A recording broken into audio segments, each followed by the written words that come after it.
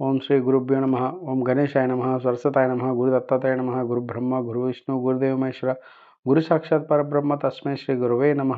సదా నంబరక్ష మూలాదివాస సుధా శ్రావణంతపమత్యం ప్రియంతం తరుణ్ కల్పవృక్షాదికం సాధయంత నమామీశ్వరం సద్గురుం సాయినాథ శ్రీ సమర్థ సద్గురు సాయినాథాయ నమ. విశ్వ ప్రణయ సాయినాయ నమ. ఓం నమో భగవతే వాసుదేవాయ. దిగంబర దిగంబర శ్రీపాద వల్లభ దిగంబర. ఓం శ్రీకృష్ణ గురునాథనాథాయ శ్రీ గురవే నమ.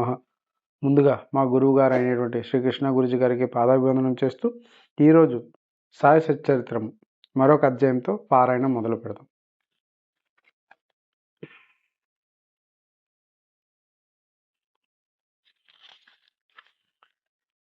ఓం శ్రీ సాయినాథాయ నమ. శ్రీ సాయి సచ్చరిత్రము 21వ అధ్యాయము. ప్రస్తావన: యోగీశ్వర్ల వ్యవస్థ, వికేహెచ్ ఠాకూర్, అనంతరావు పాటంకర్, నవవిధ భక్తి, పుండరీపురము ప్లీడరు. ఈ అధ్యాయంలో హేమడ్ పంత్, వినాయక హరిశ్చంద్ర ఠాకూర్ బిఏ, అనంతరావు పాటంకర్ పూనా, పండరీపురము ప్లీడర్ గురించి కథలు చెప్పాను. ఈ కథలన్నీ నానా ఆనందదాయకమైనవి. ఇవి సరిగ్గా చదివి గ్రహించినచో ఆధ్యాత్మిక మార్గము దారి చూపాను. అంటే చాలా ఇంపార్టెంట్ అన్నమాట ఈ అధ్యాయం. ప్రస్తావన: సామాన్యముగా మన గత జన్మ సముపార్జము వలన మహాత్ముల సాంగత్య భాగ్యము పొంది దాని వలన మేలు పొందెదము. దీనికి ఉదాహరణముగా హేమడ్ పంత్ తను సంగతిని చెప్పుచున్నాడు. బొంబాయి దగ్గర రానున్న బాంద్రాకు ఇతడు చాలా కాలం మెజిస్ట్రేట్గా నుండెను. అక్కడ పిరి మౌలానా అను మహమ్మదీయ మహాత్ముడు నివసించుచుండెను. అనేక మంది హిందువులు, పార్సికులు, ఇతర మతస్థులు పోయి వారిని దర్శించుచుండిరి. హేమడ్ పంత్ పురోహితుడగు ఐనుసు పీరు మౌలాన్ను దర్శించమని అనేకసార్లు హేమడ్ పంత్కు చెప్పాను. కానీ ఏవో కారణముల చేత హేమడ్ పంత్ ఆ మహాత్ముని దర్శించలేకపోయాను. అనేక సంవత్సరముల తర్వాత అతను వంతు వచ్చాను. అతడు షిరిడీకి పోయి శ్రీ సాయి దర్బార్లో శాశ్వత స్థానం పొందాను. దురదృష్టవంతులకు ఇట్టి మహాత్ముల సాంగత్యం లభించదు. కేవలం అదృష్టవంతులకే ఇట్టిది లభించును. ఇది మాత్రం నిజమే. ఎవరికి అంత ఈజీగా గురువుల సాన్నిధ్యం అనేది దొరకదు. యోగీశ్వర్ల వ్యవస్థ. అత్యంత ప్రాచీన కాలం నుండి ప్రపంచమున యోగీశ్వర్ల వ్యవస్థ ఉన్నది. అనేక మంది యోగులు అనేక చోట్ల అవతరించి వారికి విధింపబడిన పనులు నెరవేర్చెదరు. వారు అనేక చోట్ల పనిచేసినను అందరా భగవంతుని ఆజ్ఞానుసారం నెరవేర్చెదరు. కాన ఒకరు చేయున్నది ఇంకొకరికి తెలియను. ఒకరు చేసిన దాన్ని ఇంకొకరు పూర్తి చేసేదారు. దీన్ని బోధించడానికి ఒక ఉదాహరణము మీ కింద దిగువ కలదు. విహెచ్ ఠాకూర్. వీరు రెవెన్యూ శాఖలో గుమస్తాగా నుండిరి. ఆయన ఒకానొకప్పుడు బెల్గాం సమీపం మందలి వడ్గాం అను పట్టణంకు ఒక సర్వే పార్టీతో వచ్చారు. అక్కడ అప్ప అను కన్నడ యోగిని దర్శించి వారి పాదమును నమస్కరించను. ఆ యోగి నిశ్చలదాసు రచించిన విచారసాగర మను వేదాంత గ్రంథము సభలో నున్న వారికి బోధించుచుండెను. ఠాకూర్ పోయినప్పుడు వారి సెలవు కోరగా వారిట్లు చెప్పిరి: ఈ పుస్తకము నీవు చదవవలను. నీవిట్లా చేసినచో నీ కోరికలు నెరవేరును. ముందు నీ ఉద్యోగముకు సంబంధించి పని మీద ఉత్తర దిక్కునకు పోయినప్పుడు నీ అదృష్టవంశమున నీకు గొప్ప మహాత్ముని దర్శనం కలుగును. వారు నీ భవిష్యత్తుకు మార్గం చూపెదరు. నీ మనశ్శాంతికి ఆనందమును కలుగజేసెదరు.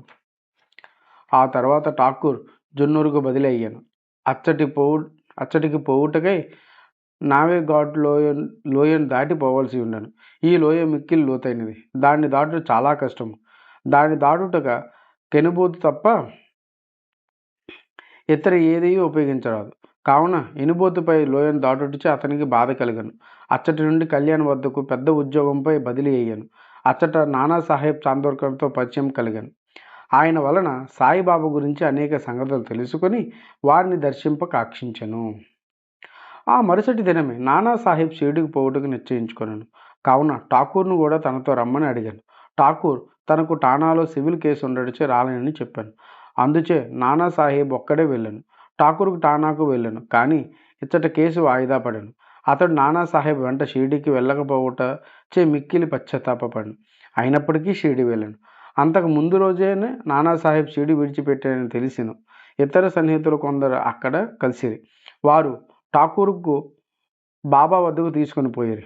అతడు బాబాను చూచి వారి పాదములకు నమస్కరించి మిక్కిలి సంతోషించాను.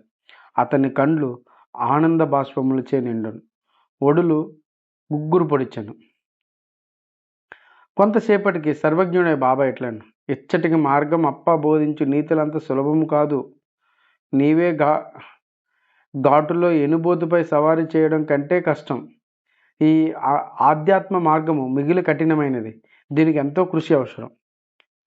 ఠాగూర్ కొక్కనికి అర్థముగా ఆ మాటలు వినగానే అతడు అమితానంద పరవశుడయ్యాను. కన్నడ యోగి చెప్పిన మాటలు యథార్థములని గ్రహించాను. 2 చేతులు జోడించి బాబా పాదములపై శిరస్సును పెట్టి తనను స్వీకరించి ఆశీర్వదించవాలని ప్రార్థించాను. అప్పుడు బాబా ఇట్లను, అప్పా చెప్పినదంతయు నిజమే, కానీ ఇవన్నీ అభ్యసించి ఆచరణలో పెట్టవలను. ఊరకనే గ్రంథములు చదువుట వల్ల ప్రయోజనం లేదు. నీవు చదివిన విషయం గురించి జాగ్రత్తగా విచారించి అర్థం చేసుకుని ఆచరణలో పెట్టుము. లేనిచో ప్రయోజనం లేదు. గర్వానుగ్రహము లేని ఉత్త పుస్తకము జ్ఞానము నిష్ప్రయోజనము. గురువు అనుగ్రహం లేని ఉత్త పుస్తక జ్ఞానము నిష్ప్రయోజనము. విచారసాగరంలోని సిద్ధాంత భగమతుడు చదివి ఉండను, కానీ ఆచరణను షిడిలో నేర్చను. ఈ దిగువ చెప్పిన ఇంకొక కథ నీ సత్యమును బలపరచును. ఆనందరావు పాటంకర్ అను పూనా పెద్ద మనుషుడు ఒకడు బాబాను చూడగోరను. షిడికి వచ్చి బాబా దర్శనం చేశాను. అతని కండ్లు సంతృష్టి చెందను. అతడు ఆనందించను. అతడు బాబా పాదములపై పడి తగు విధముగా పూజించి పిమ్మట బాబాతో ఎట్లనెను, నేను ఎక్కువగా చదివి తిని, వేదాంతములు చదివి తిని, అష్టాదశ పురాణములు వింటిని, నా మనసుకు శాంతి కలుగటలేదు. కనుక నా పుస్తక జ్ఞానం అంతయు నిష్ప్రయోజనము. పుస్తక జ్ఞానము లేని నిరాడంబర భక్తులు నాకంటే మేలు. మనశ్శాంతి పొందినచో పుస్తక జ్ఞానం అవ్యర్థము. నీ దృష్టి వలను, నీ మహత్తరమైన మాటల వలను నీవు శాంతి ప్రసాదింతువని వింటిని. అందుచే నేనిచ్చటికి వచ్చింది. కావున నా యందు దాక్షిణ్యము చూపము, నన్ను ఆశీర్వదించుము. అప్పుడు బాబా ఒక నీతి కథను చెప్పాను. నవవిధ భక్తి 9 ఉండల గుర్రపు లద్ది నీతి కథ. ఒకనొక వర్తకుడికడకు వచ్చాను. అతని ముందు ఒక ఆడగుర్రము లెద్ది వేశాను. అది 9 ఉండలుగా పడెను. జిజ్ఞాసువైన ఈ వర్తకుడు పంచకొంగు సాచి 9 ఉండల్లో నందులో పెట్టుకొనను. ఇట్లు అతని మనసు కేంద్రించగలిగలను. ఈ మాటల యథార్థము పాటంకర్ గ్రహించలేకుండా, అందుచే నతడు గణేష్ దామోదర్ ఓరఫ్ దాదాల్కర్ నెట్లు అడిగాను. ఆ మాటల్లో బాబా ఉద్దేశం ఏమి? కేల్కర్ ఎట్లా జవాబు ఇచ్చాను, నాకు కూడా బాబా చెప్పినదంతయో తెలియదు, కానీ వారి ప్రేరణ ప్రకారం నాకు తోచినది నేను చెప్పేదను. ఆడగుర్రం అనగా ఇచ్చట భగవంతుని అనుగ్రహం. 9 ఉండల లద్ది అనగా నవవిధ భక్తులు. అవి ఏవనగా శ్రవణము, వినుట, కీర్తనము, పాడుట, స్మరణము, జ్ఞప్తికి ఇందుంచుకుంట. 4 పాద సేవనము, పాద సహవాసనము. 5 అర్చనము, పూజ. 6 నమస్కారం, వంగి నమస్కరించుట. 7 దాస్యము, సేవ. 8 సఖ్యత్వము, స్నేహము. 9 ఆత్మ నివేదనము, ఆత్మను సమర్పించుట. ఇవి నవవిధ భక్తులు. వీనిలో ఏదైనాను ఒక మార్గమును హృదయపూర్వకంగా అనుసరించిన ఎడల భగవంతుడు సంతృష్టి చెందను, భక్తుని గృహమందు ప్రత్యక్షమగును. భక్తి లేనిదే సాధములన్నీ అనగా జపము, తపము, యోగము, ఆధ్యాత్మిక గ్రంథముల పారాయణ, వానిలోని సంగతులు నితరులకు బోధించటం మొదలైనవి నిష్ప్రయోజనము. భక్తియే లేనిచో వేదముల్లోని జ్ఞానమును గొప్ప ప్రఖ్యాతి, నామమాత్రముకే చేయు భజన ఇవన్నీ వ్యర్థము. కావలసినది ప్రేమాస్పదమైన భక్తి మాత్రమే. నీవు కూడా ఆ వర్తకుడు అనుకొనుము, లేదా సత్యమును తెలుసుకొనుటకు ప్రయత్నించుచున్న వ్యక్తిని అనుకొనుము. వాని వలె నవవిధ భక్తులకు పొరుగు చేయుము, ఆతురతో నుండుము. వాని వలె నవవిధ భక్తులను ఆచరణలో పెట్టుటకు సిద్ధంగా నుండుము. అప్పుడే నీకు మనస్థైర్యము, శాంతిని కలుగును. ఆ మరుసటి దినము పాటంకర్ బాబాకు నమస్కరించుటకు పోగా 9 గుర్రపుల లద్ది ఉండలను ప్రోగు చేసితివా లేదా అని ప్రశ్నించను. అతడు తాను నిస్సహాయుడని బాబా అనుగ్రహం చే మాత్రమే వాడిని సులభంగా ప్రోగు చేయవచ్చునను. అప్పుడు బాబా శాంతి క్షేమములు కలుగునని ఆశీర్వదించను. పాటంకర్ ఈ అపరిమితానంద భరితుడయ్యను. పండరీపురము ప్లేడర్. ఒక చిన్న కథతో ఈ అధ్యాయం ముగించదను. ఈ కథ బాబా సర్వజ్ఞుడిని తెలుపును. ప్రజలను సరి అయిన మార్గమును పెట్టుటక వారు తప్పులను సవరించుటకు బాబా సర్వజ్ఞతమును ఉపయోగించుచుండెను. ఒకనాడు పండరీపురం నుండి ఒక ప్లేడరు వచ్చాను. అతడు మసీదుకు పోయి సాయిబాబాను దర్శించను. వారి పాదములకు నమస్కరించను. అడగకుండానే దక్షిణిచ్చును. జరుగుతున్న సంభాషణలు వినుటకు ఒక మూల కూర్చుండెను. బాబా అతని వైపు ముఖం త్రిప్పి ఇట్లనెను, ప్రజలంతా టక్కర్లు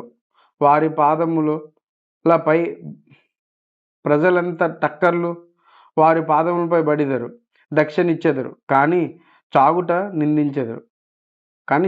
నిందించెదరు. ఇది చిత్రం కదా. ఆ మాటలు ప్లేడర్కు సూటిగా తగిలినవి. ఎవరికీ బాబా మాటల్లో అంతరార్థం బోధపడలేదు. ప్లేడర్ మాత్రమే గ్రహించను, కానీ అక్కడ ఏమీ మాట్లాడలేదు. వాడకు పోయిన పిమ్మట ప్లేడర్ కాకాసాహెబ్ దీక్షితులతో ఎట్లాడను, బాబా చెప్పినదంతయు యథార్థమే.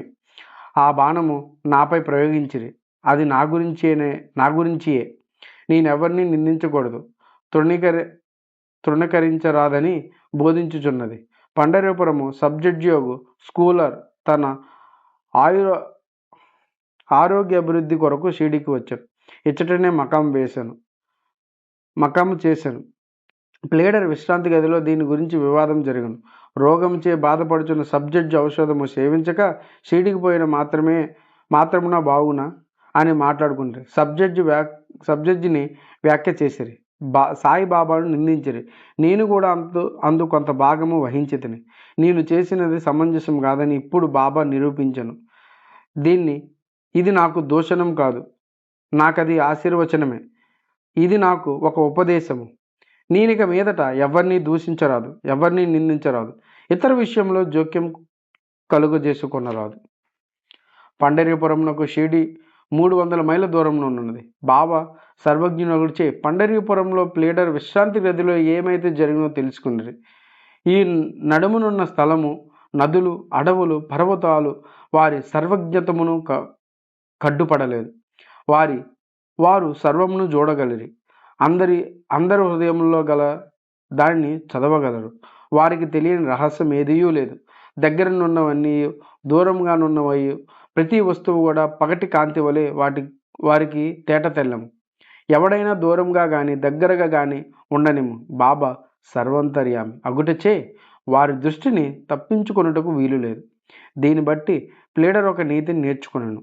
ఒకరికి గురించి చెడు చెప్పరాదు, మరియు అనవసరంగా వ్యాఖ్యానం చేయరాదు. అట్లు బాబా అతని దుర్గుణమును పోగొట్టి సన్మార్గమందు పెట్టాను. ఇది ఒక ప్లేడర్ గురించి అయినప్పటికీ అందరికీ వర్తించును. కాబట్టి ఈ కథ బోధించు నీతిని జ్ఞప్తి ఉంచుకొని మేలు పొందుగాక. సాయిబాబా మహిమ అగాధము, వారి లీల కూడా అట్టివే, వారి జీవితము అట్టిదే. వారు పరబ్రహ్మ యొక్క అవతారమే. మనం లాస్ట్ టైం కొన్ని అధ్యాయాల్లో కూడా ఇదే మాట అనుకున్నాం. చెడు మాట్లాడకూడదు, చెడు వినకూడదు, చెడు ఎవరిని దూషించకూడదు, ఎవరు ఏమన్నా ఈవెన్ అంతకుముందు అధ్యాయంలో బాబా ఇదే చెప్పారు. ఎవరైనా ఎదుటి మనిషి మనల్ని కొట్టడానికి వచ్చినా, మనం దూషించడానికి వచ్చినా మనం ఒక్క పలుకు కూడా పలకూడదు అనేసి. సో ఇదొక ఈ కథ కూడా ఇంకొక నిరూపెత్తు నిదర్శనం అన్నమాట. సో ఇక్కడితో ఈ అధ్యాయాన్ని ముగిద్దాం. 21వ అధ్యాయం సంపూర్ణం. సద్గురు శ్రీ సాయినాథమస్తు శుభం భవతు. అలాగే మా గురువుగారు అయినటువంటి శ్రీ కృష్ణ గురుజీ గారికి పాదాభివందనం చేస్తూ ఈ అధ్యాయాన్ని ఇక్కడితో ముగిస్తున్నాం. అలాగే రేపు మరొక అధ్యాయంలో పారాయణం మొదలు పెడుతూ ఈ సాయి సచ్చరిత్ర పారాయణాన్ని కొనసాగిద్దాం. అందరికీ సెలవు. అలాగే పఠనంలో కానీ వర్ణనలో కానీ ఏమైనా తప్పిదాలు ఉంటే మనస్ఫూర్తిగా క్షమించండి. అలాగే ఈ చిట్టికా ఛానల్ సబ్స్క్రైబ్ చేసుకోండి. అలాగే మీ ఫ్యామిలీ, ఫ్రెండ్స్, అలాగే సాయి భక్తులు ఎవరికైనా కానీ ఈ పారాయణాన్ని షేర్ చేయండి. లైక్ చేయండి, షేర్ చేయండి. Thank you.